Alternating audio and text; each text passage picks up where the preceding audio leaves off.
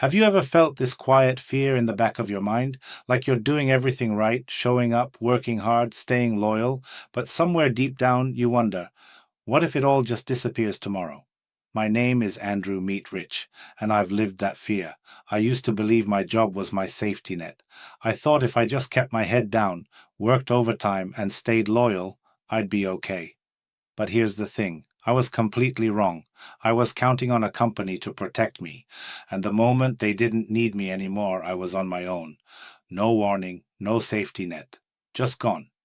That gut punch taught me more about money, security, and control than any course ever could. And now, I help people like you stop gambling with their future and start building something real. Today, I want to talk about something uncomfortable, something most of us don't want to think about. The truth is, your job probably isn't as secure as you think it is, and believing it is could quietly destroy your financial future. I'm going to walk you through why that illusion of security is so dangerous, what's really going on behind the scenes at most companies, and what you can do right now to protect yourself. Even if you feel totally secure today, this could save you from the hardest fall of your life. So if you're ready to stop hoping and start planning, hit that like button and subscribe, because the next video I drop might be exactly what changes everything for you.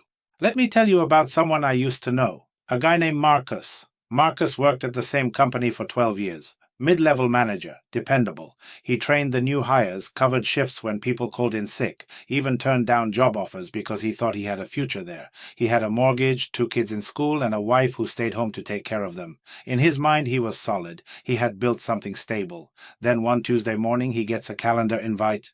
No context, just quick check-in with HR. 20 minutes later, he's walking out of the building with a severance packet and his stuff in a cardboard box. They told him the company was restructuring, his role was redundant, they were going in a different direction. That was it. 12 years gone. And here's the kicker. The company didn't skip a beat. They posted his job online within 48 hours, hired someone younger, cheaper, with less experience, gave them a shiny new title and half the salary. Marcus wasn't bad at his job. He wasn't lazy or disloyal. He just stopped being useful to the balance sheet. That story messed me up because I realized that could have been me. That could be any of us. We think loyalty matters. We think hard work matters. And don't get me wrong, they do, but not to a company that sees you as a line item. So here's the real question. If Marcus had known this was coming, what would he have done differently? And more importantly, what are you going to do? Here's the brutal truth no one wants to say out loud. Your employer does not care about you the way you care about your job. I know that sounds harsh, but stick with me. Companies talk about culture, about being a family, about work-life balance, and maybe some of them mean it. But when push comes to shove, when budgets tighten or priorities shift, their first loyalty is to the business, not to you. You could be the most dedicated person on the team. You could work late, skip vacations, mentor other people, and it still won't protect you. Because at the end of the day, if keeping you costs more than replacing you, they'll replace you. It's not personal, it's just math. Think about it like this. You wouldn't expect a landlord to let you live rent-free out of loyalty, right? You wouldn't expect a bank to forgive your mortgage because you've been a good customer. So why do we expect employers to keep us around when we're no longer profitable? The relationship between you and your job is a transaction. You trade your time, your energy, your skill for a paycheck. That's it. That's the deal. And the scariest part?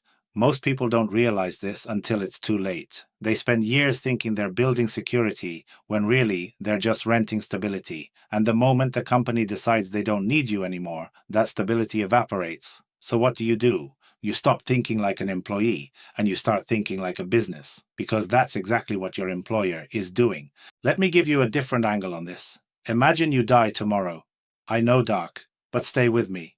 If something happened to you, would your company shut down? Would they pause operations to mourn? Of course not. Your job would be posted online before your family even finished planning your funeral. Someone else would be sitting at your desk within 2 weeks. Life at the company would go on like you were never there. That's not meant to be depressing. It's meant to wake you up. Because if the company can move on that fast, why are you giving them so much control over your life? Why are you letting them be the only thing between you and financial collapse? Here's what I learned the hard way. The illusion of security makes you lazy. It makes you complacent. You stop updating your resume. You stop learning new skills. You stop networking. You stop thinking about plan B because in your mind, you don't need one. But then the rug gets pulled and suddenly you're 45 years old with outdated skills, no connections, and no savings, desperately trying to figure out what comes next.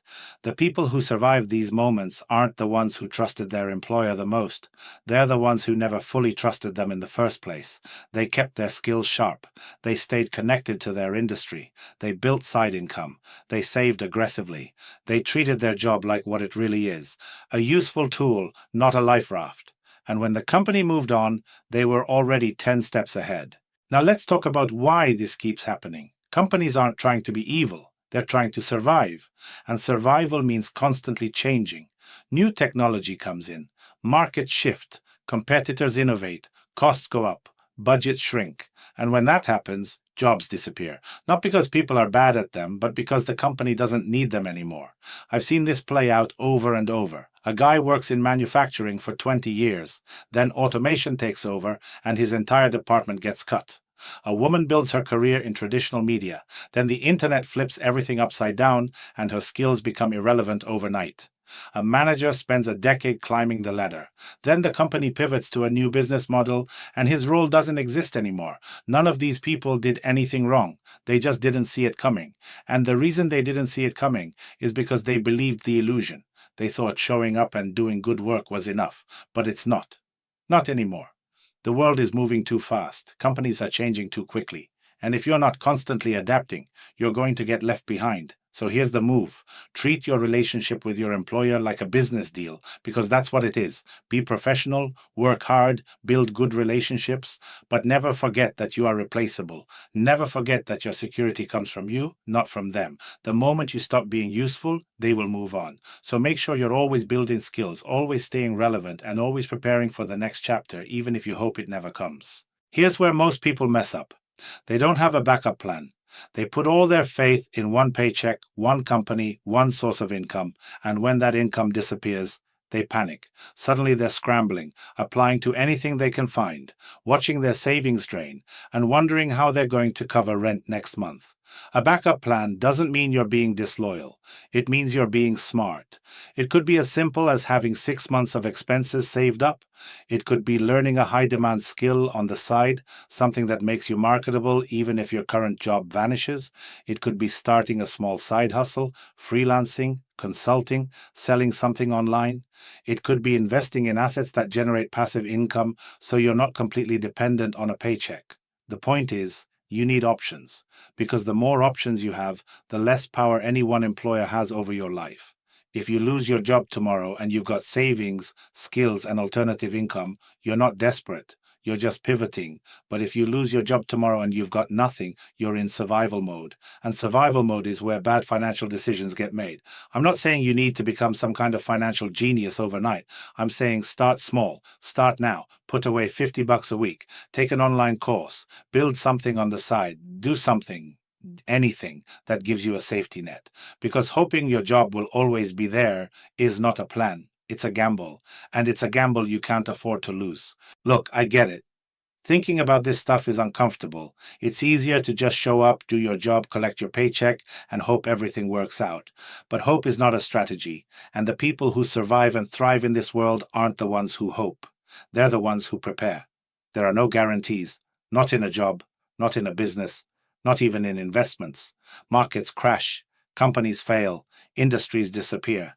The only thing you can truly count on is yourself, your ability to adapt, your ability to learn, your ability to build multiple streams of income so that if one dries up, you're not sunk.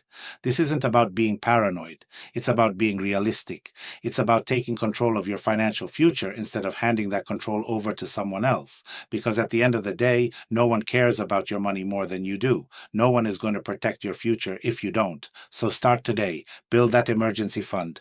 Learn that new skill. Start that side project. Diversify your income. Give yourself options. Because the moment you stop relying on one company to save you is the moment you start building real security. And remember, small shifts lead to massive change. You don't have to overhaul your entire life overnight. Just start moving in the right direction, one step at a time, one decision at a time. That's how you win.